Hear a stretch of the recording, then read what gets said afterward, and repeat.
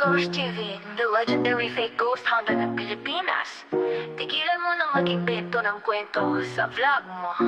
Tigilan mo na panloloko sa mga manonood. Kawawa naman mga sponsors mo. Pinapaniwala mo sa kasinungalingan mo at sa mga peking multo mo. Donski Ghost TV, the legendary fake ghost hunter ng Pilipinas. Tigilan mo na mag-imbento ng kwento sa vlog mo. Puro ka critical area, kahit hindi naman yan na lang ang vlog mo. Critical area, kasi kapag ghost hunting, wala nang naniniwala sa'yo. Don't skip fake, don't skip fake, don't skip fake.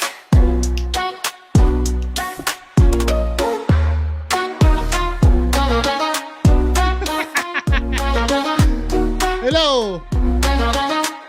Magandang gabi sa inyong lahat mga kababayan ko. Don't skip Pero bago ang lahat, shoutout muna tayo.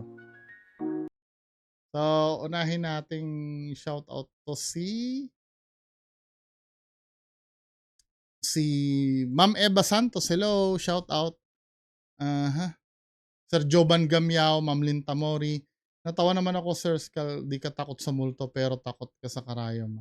Hindi, takot ako sa multo. Takot ako, di ba may video ako na nakakita ako sa Clark. Tumakbo ako nun. Pero hindi ko na kinoconfirm na multo yun. Pero sa multo, takot ako. Syempre, hindi normal yun eh. Di ba? Hindi siya normal. Takot ako dun. Hindi naman porkit skeptic ako, ay hindi na ako naniniwala sa multo. Kasi may magtatanong dyan eh. Akala ko ba skeptic ka, ba't ka natatakot sa multo? Believer ako. Kaya lang, bago ako maniwala doon sa mga video na pinapakita nyo sa akin, kailangan may proof muna or ma-exhaust lahat ng scientific explanation bago tayo papasok sa paranormal. Hindi yung pag nakita, ay naniwala na ako. Hindi ganun. Hello, Ma'am Payriaba. Shoutout always watching. Gusto ko yung Chris Watts Ghost Encounter. Napanood ko lahat yon. Kaya lang mahirap kasi i-debunk yon at yung mga magpapatunay na totoo ang ghost. Debunkable pa rin naman. Katulad nung isang araw, yung palang babaeng nakita doon, may batang babae, may mga nag-comment doon na kasama pala yun ng kapitbahay nila. Hindi pala multo. 'Di ba? Kaya hindi rin ako nagfo-focus sa mga international eh. I don't know, no? Mas gusto ko yung local. Feeling ko kasi mas maraming makaka-relate pagka yung mga local videos yung nire-react ko. Hello, Sir Side Up. Ray Oriciola, hello po. Sir Ray. Sir UPS, hello. Ma'am Angelica Canino, sabi gano'n ni Ma'am Angelica Canino. Shout out, sir, question, the scientists have answers about the supernatural? Wala. Kung totoo man si Sir Ed, bakit di siya nadidiscover ng scientist natin sa Pilipinas? Or yung mga psychic, bakit di sila nadidiscover at nahahanapan ng explanation? Eh di ba malaki discovery yon, so we can explain the paranormal. Yung ano kasi,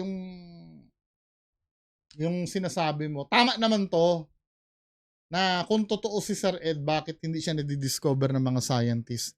Kaya lang, yung field na ginagalaw ni Sir Ed kasi mismo, yung paranormal mismo, ay hindi pa siya swak sa science sa mga panahon ngayon eh.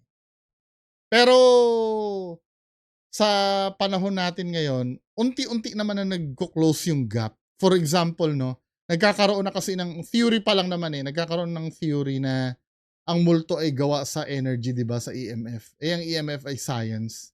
Pero hindi pa naman siya proven. Theory pa lang naman yun. Magkaiba kasi ang ginagalawa ng science at paranormal eh. Or ng spiritual. Pag spiritual kasi, nandyan yung religion, di ba? Yun yung paranormal. Kasi, yan eh, debatable kasi yan eh. Maraming believer, I know, maraming mga naniniwala lang talaga sa science, no? Kasi sometimes kung titingnan mo, pagka naniwala ka sa science, parang magko-conflict sa spiritual eh. 'Di ba? Kaya yan ay based on faith kasi. Ang spiritual na bagay based on faith. Ano yung tinatawag na faith? Yung naniniwala ka sa isang bagay kahit walang proof, 'di ba? For example, sa God. I don't know, no? Sa inyo siguro may proof na totoo ang Diyos. Pero subjective kasi yun eh. Hindi siya scientific talaga. Yung kung meron man kayong proof. Ako naniniwala naman ako sa Diyos, no? Kaya lang debatable yan eh. Maaring pag nagsalita ako dito, may ma-offend na taong religious. Diba? Eh may mga atheist din ang magagaling makipag-argue pagdating na hindi nag-i-exist ang Diyos. May mga believer din ng Diyos na magagaling din makipag-argue din. 'Di ba? Hindi ko kasi forte yung ganon. Ang vlog ko kasi ay base lang sa common sense. 'Di ba? Pag nanonood tayo ng video, for example, nanonood tayo ng video ni Kuya Red, sabihin ni Kuya Red, totoo yung ghost hunting niya. Eh bakit yung multo mo dito pumunta sa kaliwa, biglang itututok mo yung camera sa kanan? 'Di ba? Common sense yung kini-question ko doon sa video niya. At yun ang pinaka-basic na dapat alam nating mga tao, yung paggamit ng common sense. I do not claim na ako ay matalino. Never ko sinabi yan na matalino ako. Ang mga tinatanong ko lang yung mga bagay na walang common sense na bakit pag sinabi mo ganito, bakit ganyan? 'Di ba? Hindi ko maaring questionin yung paniniwala. Kasi yung paniniwala na yun, maaring may reason kayo kung bakit kayo naniniwala doon. Pero ibang-iba kasi, pag ang pinaniniwalaan nyo ay kagaguhan na obvious na kagaguhan talaga, na may proof na kagaguhan na. 'Di ba? Yung paniniwala nyo sa religion nyo, for example, naniniwala kayo na bawal kumain ng dinuguan, hindi ko pakikialaman yun. 'Di ba? Kasi yun ay base sa interpretasyon nyo sa Bible eh. Hindi mo naman pwedeng i-debunk yun eh. Pero kung ang sasabihin mo sa akin ay yung leader nyo or yung pastor mo ay sinaniba ni Jesus Christ, tapos ang pinagagagawa ay walang ginawa kundi mangurakot dyan sa samahan nyo, ay hindi ako maniniwala doon. The common sense ang pairalin ko eh. Paano sasapian ni Jesus Christ ang isang ganyan tao? 'Di ba? Anyway, pagpatuloy natin. Basta magkaiba yung paranormal kasi at science. Ma'am Annie Mindset Matters, hello. Sir Knock Knock. Ay, ma'am pala, Catherine Limit. I love you, solid fan daw. Salamat, ma'am Catherine. Sir Geradela de los Santos. Si Sir Ryan Geradela, hello. From Quezon City, Barangay San Isidro, Galas. Sabi gano'n ni Sir MS to Obero, Idol paranas ng shoutout. Para naman kayo. Okay lang yan, basta mag-type lang kayo na shoutout. Shoutout ko kayo hanggat mapapansin ko, no? Ma'am Sherilyn, hello. Sir Jamir, hello. Sir Nick Garcia, Sir Emir Crisostomo, Sir Jeffrey De Guzman, hello. Dave McLaren Porter, hello. Marius 13, hello. Sir Joban Gamiao. Saija Furinji, shout out. Sir Julian Lakyan, sabi ni Sir Julian Lakyan, Bungs, ba't ako nag-shout out, di ako nabate? Mag-type ka kasi ng word na shout out, sir. Kasi dito, makita mo, nag-filter ako. Pag may word na shout, lalabas yung mga comment. Ranmes Channel, hello. Fairy Haba. Sir Neil Lester. Anita Fronda, hello po. Ma'am. Briley Dius. Brian Dius. Anyway, proceed tayo sa main topic natin. Ito ay video galing sa ABS-CBN, kaya pag-iingatan natin to, baka tayo makapiright. 'Di ba? Misteryo ng Antigo yung title. Panoorin natin. Mayaman sa kasaysayan, sining at tradisyon ang ating mga kababayang Ipugaw. At isa sa mga simbolo ng kanilang kultura ay ang bulol o fertility idol na pinaniniwalaang nagdadala ng swerte. Isa na ang mga antigong bulol sa mga dinarayon ng mga antique collector. Pero paano kung imbes na kasaganaan ay kababalaghan pala ang maiuwi nito sa inyong tahanan?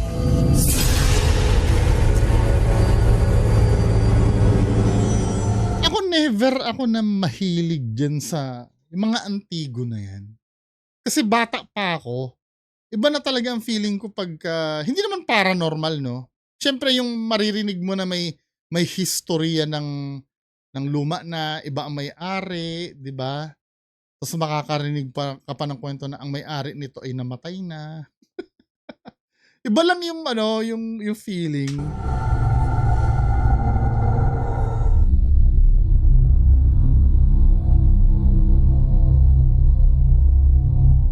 Ano to Bangungot sikat to kung ituring ng veteranang radio TV host na si Sabi Cory ko na nga Quirino ba eh. ang mga nakapangingilabot na pangitain na nangyari mismo sa kanilang tahanan. Hindi ko inakala na ang bulol na simbolo ng Bulol. prosperidad, proteksyon at swerte ay magdadala ng malas at matinding kababalaghan sa buhay ko. Ulat naman ako. Nang dahil sa pagkahilig sa pangungulekta ng kanyang dating asawa sa mga antigong bulol. Ang ginawa niya, yung Pag nagsasalita yan, blablabla. bahay na ito, ginawa niyang parang museum. Ganda ni mama, no? Kahit na may edad na. Yung mga ganyang itsura, no? Alam mo na maganda ng bata. Kasi napaka-passionate siya sa kanyang koleksyon ng Philippine primitive art. Primitive art, okay. At ang pinaka-star ng koleksyon niya ay ang rice gods. Premyadong kolektor ng mga antigong handicraft ang dating kabiyak ni Cory, ang negosyanteng si Ramon. Ramon Ang. Yaya, ingat ha. Ingat. O, dito muna lang kaya. Han, I'm home! Han, welcome back. Sandali lang ha. Ano pa ilagay ko sa room? It was great! It was great! Really? Glorious in the Wi-Fi. Kaya, ingat ka. This is the best piece. I feel like in heaven. Para ako nanalo sa loto. I really had a hard time looking for that one. Han, bulol na naman. Tsaka gusto ko siya lang inandyan. Puro bulol. Pagdating mga bisita. Siguro ang sumpa na nadudulot nito, hindi sila makapagsalita ng maayos. Joke lang. Bulol daw eh. Sigurado ma-amaze sila. Habang puno ng kasiyahan ang asawa dahil sa mga antigong bulol, kakaibang pakiramdam naman Bulol. ang bumalot sa buong katawan ni Cory Antigong dahil sa bulol. isa sa mga naiuwi ni Ramon. Kasabay ng pagpanhik ng bagong koleksyon ni Ramon sa kanilang tahanan ay siya namang simula ng makapanindig balahibong karanasan ni Cory. One night, nagising ako. Parang naririnig ko may naglalakad sa bahay, sa loob, sa baba. Pero paranormally speaking, tama ba yung ko? Totoo daw yan na pwedeng maposes yung yung item. Saan ko ba narinig yun? Si Jaime Licauco yata yung nagsabi. Kilala niyo si Jaime Licauco, Di ba?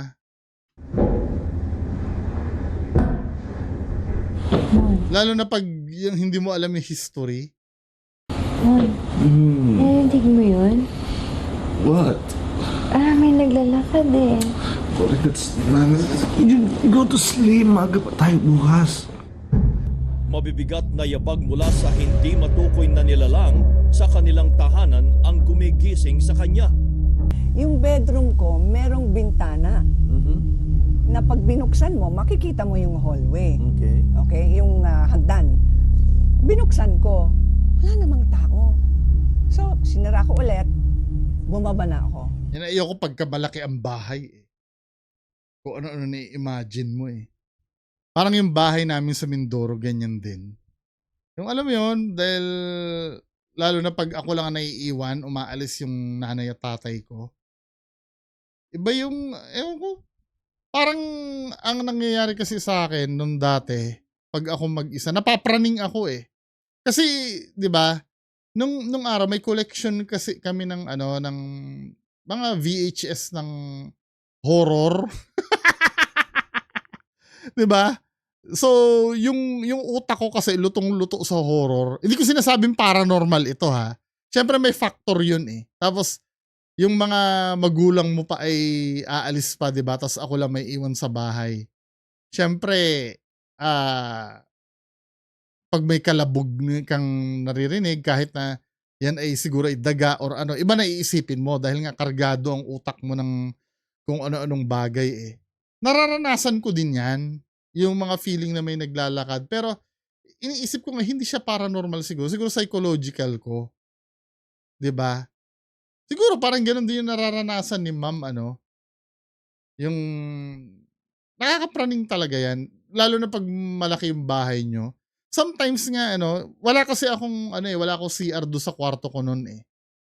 Ang CR doon sa taas namin ay sa kwarto ng nanay at tatay ko. Yung sa akin wala. So ang mangyayari, pag ihi na ako, it's either doon ako iihi sa terrace dahil takot na ako lumabas eh. 'Di ba? Yun. Or minsan pag syempre may mga tao dun sa may labas, baka makita ko umihi dun. Tinitiis ko na lang hanggang umaga. Kasi nga ano eh, hindi ako, ano tawag dito, matatakotin talaga ako pagdating sa mga ganyang bagay. The following night, ayan, narinig ko na naman. Sabi ko, imposible nang mangyari ito. Yung pangatlong gabi, ako, papatayin ko yung ilaw ulit. Yung bulol na yon ay nasa harap ng light switch. So, syempre, kailangan harapin ko yung bulol. Lalagay Bago ko, mo mapatay. Oo, lalagay ko yung kamay ko sa likod niya. Okay. Okay. Kapag lumalapit ka sa bulol na yon, umiinit Ang paligid mo. ang paligid mo. Dami naman kasi na pwedeng kolektahin. Yan pa yung ano eh.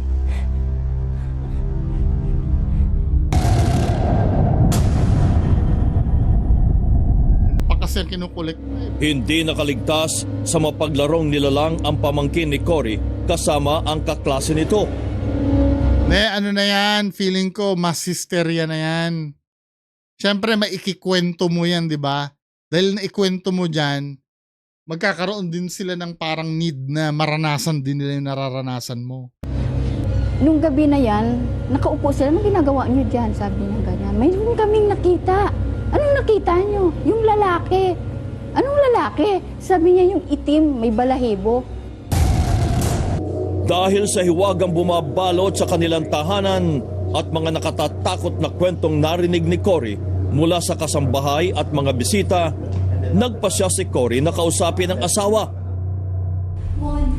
Mon, yung bulol na yan ang nanggugulo sa buhay natin, Mon. Yan ang nananakot sa mga bisita natin. Cory, listen to me, okay? Guni-guni mo lang yan, okay? Guni-guni mo lang yan. You're going crazy over a piece of wood. Cory, you have to calm Alisin mo down. yan sa bahay na to. Listen to me. Hanggang isang gabi, Diyos ko! sa kabundukan ng Cordillera nagmula ang mga antigong bulol.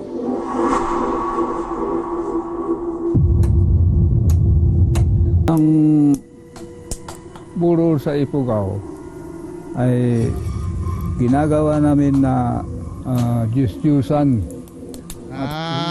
Hindi pwedeng ipagbinta ng burol kasi yan ay sinasamba namin. Yung bulol, underrated yan eh.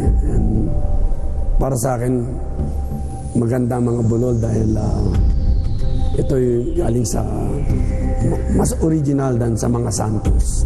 Ako honestly, hindi ko rin maintindihan eh. I spent hundreds of thousands then for these pieces. At habang tumatagal ang antigong bulol ni Ramon sa kanilang tahanan, ay naging mas mapangahas na itong magparamdam. Nung bumaba ako sa hagdan, madilim. No. Naririnig ko pa yung ingay na yon. Pagbaba ko halfway down the stairs, tumahimik ang buong bahay.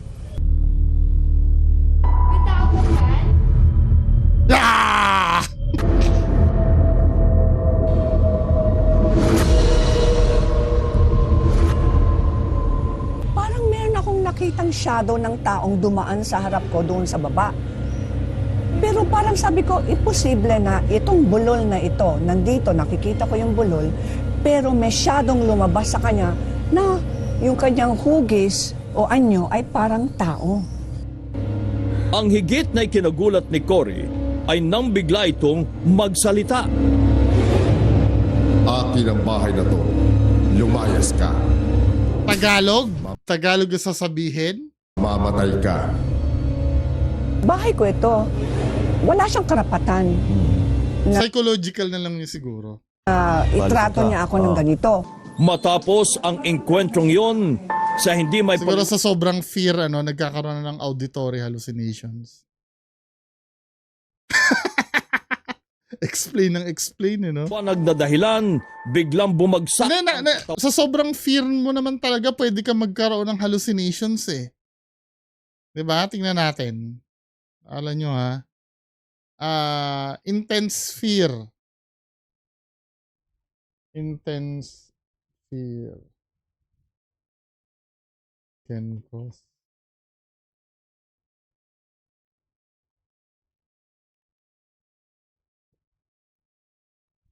tingnan natin ha.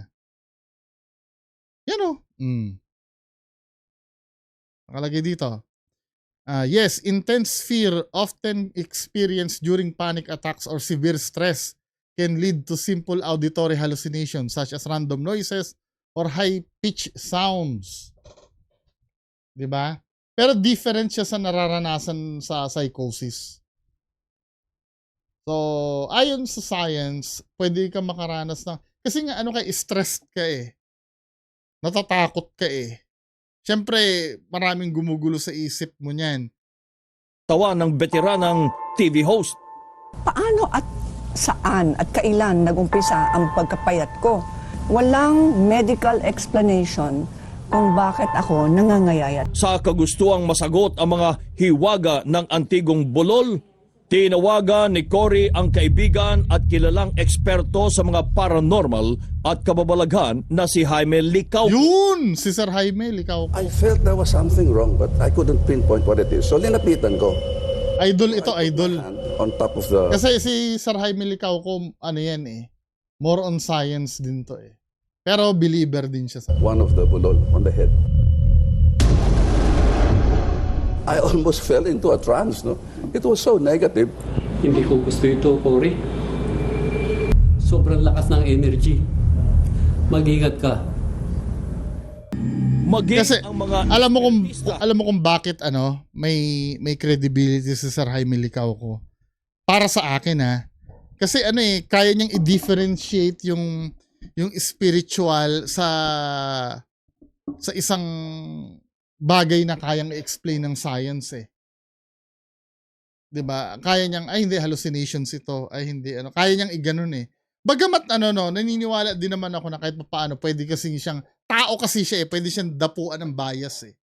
Pero kahit paano ang pagkakilala ko kay Sir Jaime Licauco, hindi siya yung autopaniwala. Kasi napanood ko siya nag-guest one time kay Sir Ray Sibayan nung nabubuhay pa siya. Na hindi ko makakalimutan yung sinabi niya na bago mo sabihing paranormal ang isang bagay, kailangan i-exhaust mo muna lahat ng scientific explanations. Pag hindi mo na kaya, then mag-start ka nang mag-consider na paranormal yan. I-consider mo pa lang, hindi mo pa rin, masyadong mataas ang standard niya sa paranormal. At mga albularyo mula Bundok Banahaw ay inimbita ni Cory sa kanilang tahanan. Hindi kami pwedeng pumasok hanggat hindi mo kami imbitahan.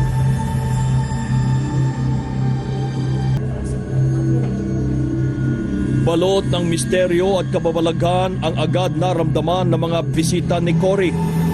Sayang kung actual yan, Pero may kasi, isang pag kasi kinwento na lang ang isang pangyayari, pwede kasing, may dagdag bawas na rin eh. silid sa bahay ang hindi nila kinayang pasukin.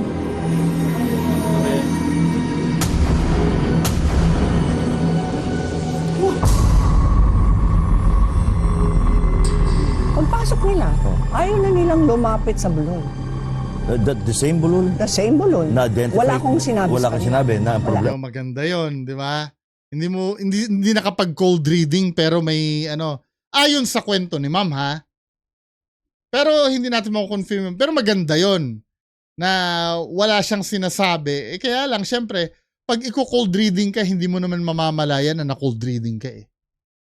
Maaring nung inimbitahan niya yung albularyo, ay mga albularyo no. Sinabi niya, punta naman kayo sa bahay kasi meron dong isang binili ang asawa ko na statue na ganito ang itsura. Ganyan ang itsura. Siyempre, para sa kanya, hindi niya naman sinabi kung ano yon. Pero pwedeng i-cold reading yun ng albularyo eh. Oh, ang hanapin ko yung estatwa na ganito kalaki daw. So yun yung ano. Anong problema mo? Wala. Sa malagim na pangyayaring naranasan ni Cory, isang dahilan ang pinaniniwalaan ni Jimmy kung bakit galit ang espiritong nasa loob ng bulol. Ang theory ko, Noli, is that since it is a rice god removed from its habitat, they're supposed to protect. Pwede, no? They're not in their place. And so therefore, there is certain element of resistance on their part. So, pero theory pa lang yung sinabi niya. Hindi niya naman sinabing yun. so as much as possible, they would do something to disturb the people in that place. Pero para sa mga katutubong Ifugao, maling proseso ng pagsalin ng pagmamayari ng antigong bulol ang dahilan kung bakit binalot ng lagim ang tahanan ni Cory. Kailangan may gawin nilang ritual para hindi ito magalit yung espiritu na nasa loob ng burol. Dahil sa nangyaring kababalaghang kay Cory, napilitang alisin ng kanyang asawa ang mga koleksyon ng bulol. Saan Nung nilipat? nawala yung bulol, yung weight gain ko ay bumalik na. Bumalik na yung aking weight. So, nakikita ko dito, baka naman, syempre, pag stressed ka, pwede maging factor yun ng weight loss eh. Tingnan nga natin. Stress. Weight loss. Diba? Oh, sabi dito, stress can lead to both weight loss and weight gain, depending on the individual and the nature of stress. 'Di ba? Kahit pa sabihin mong yung sinabi niya na hindi ma-determine ng doktor, psychological kasi 'yun. Yung psychological kasi hindi mo naman makikita sa mga yun eh, sa mga aparato na pwede mag-test sa iyo mga diagnostic apparatus. 'Di ba? Kailangan yung suriin ka ng ng psychiatrist. Kaya yung weight loss mo, ako theory ko, yun, due to stress. Nung nawala na yung kinai-stressan mo, Parang wala lang. After 2 weeks, naging 125 pounds na ako.